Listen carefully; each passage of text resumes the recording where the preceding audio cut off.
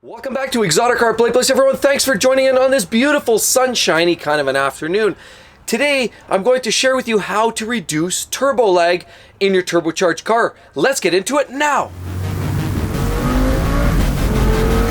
Welcome back to the channel, everybody. Mark with Exotic Car Play Place. And so nowadays, manufacturers are putting turbochargers in almost every single vehicle, from small economy cars to high performance cars, even to trucks. In high performance vehicles, boosting pressure, giving you a lot more horsepower. In small cars, like you're finding in a lot of the economical cars today, they can use smaller engines and a turbocharger and create much better fuel economy and still provide the horsepower expected out of that vehicle. Now, with most turbocharged cars today, manufacturers are trying to work out turbo lag because that's a phenomenon that now exists. And we're going to share with you guys a bunch of tips that can improve that turbo lag, which is in essence the delay from the time you put your throttle to the floor to the time you actually feel that surge in power. There's an inherent delay, and that's called turbo lag.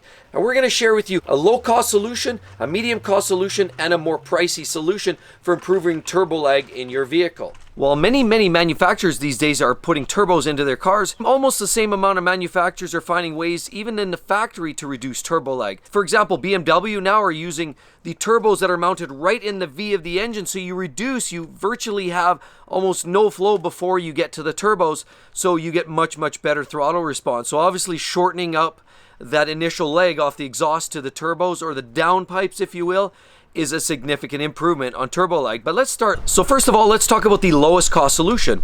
And that is the simple things. Knowing that turbocharged engines typically produce maximum torque in that 2,000 to 4,000 RPM range, consider that factor. So if you want to drive in a spirited fashion, change your driving habits. Start with maybe running the car in that range, 2,000, 2,500 RPM, if you're in that spirited fashion. Then when you dive into the throttle, you'll find the immediate throttle response to be much better than you would if you were, say, engaging it from 1,500 RPM.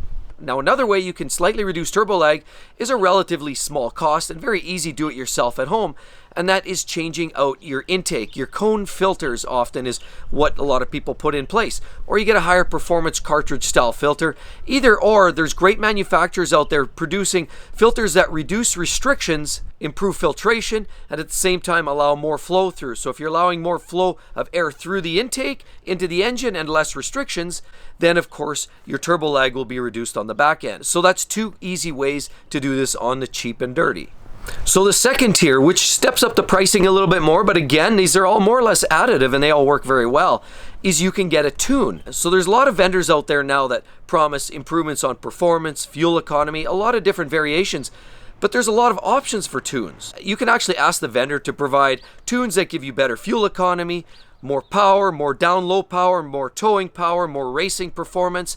There's a lot of different ways to tune your engines today, and tunes are a really simple way of getting what you want out of the engine. So another moderately priced solution is replacing your blow-off valve. You can replace the factory plastic blow-off valves, which were designed, they're cost effective, they're relatively quiet, they're easy to live with, but the performance isn't as good as you can get in some of the aftermarket ones that are often designed out of aluminum. They're better engineered and better performing. Now, another moderately priced solution is replacing the turbo downpipe. Now, of course, that's the pipe that connects between your exhaust manifold right to the turbo. Now, when you're doing this, there's two things to consider.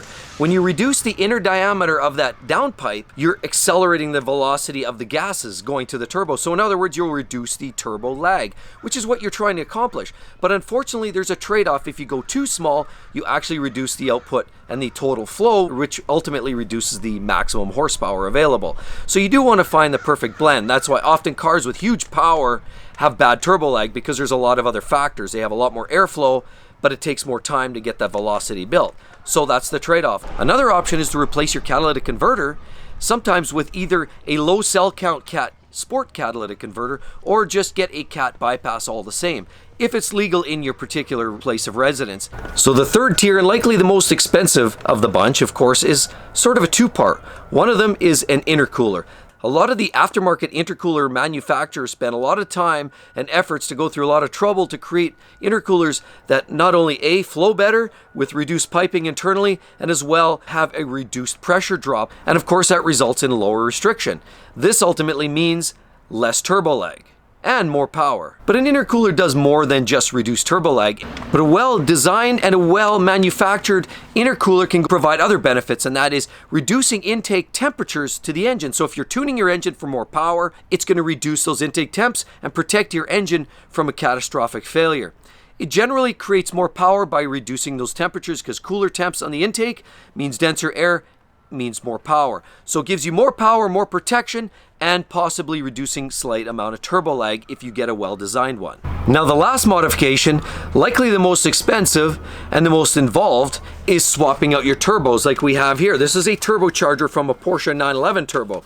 But you'll notice there's a turbine wheel in there, and there's another wheel over there, and they're connected through a shaft here on a set of bearings. And this turbocharger is on what they call bushing bearings. So it's more or less just a tight sleeve that fits around the shaft. So as you turn the shaft here, it turns on the other side at the same time. And bushing turbos, as you see here, are more robust. They're more reliable, but they also create more resistance, and there's more drag than you would get in a ball bearing turbo, such as in a Garrett. So it's that natural drag that produces a resistance to turning.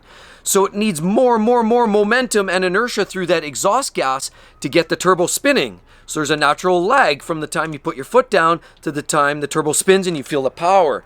That's called turbo lag. And this turbo lag can be addressed by either providing a hybrid turbo, which is a bushing on one side, ball bearing on the other side, or straight ball bearing on both ends like in a Garrett.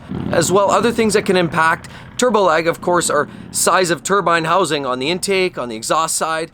Of course, inner diameter of the turbo on either side as well. Those are impacted. Other design factors can be the turbines themselves, the angle, the way they're trimmed. Those are all factors that can play a major part in how this turbo responds. But don't worry about that. The manufacturers and the vendors and the third-party groups have all done that research for you, so that all you have to do is kind of ask the right questions. They will point you in a direction, and guaranteed they'll have a turbo that will reduce the turbo lag for you or add power. They will have your solution. Thanks everyone for sticking around. If you enjoyed the video and you're not already a subscriber, please be sure to hit that subscribe button over there and the notifications bell, because it'll actually let you know when the next video is out. As well, don't forget, hey, if you want to learn more about turbocharging versus supercharging, check out my video right here. It's a great video. It's going to tell you all about the differences, the key differences, and what to select if you're going aftermarket. Thanks again, everybody. I hope to see you on the next one. See you then. Bye-bye.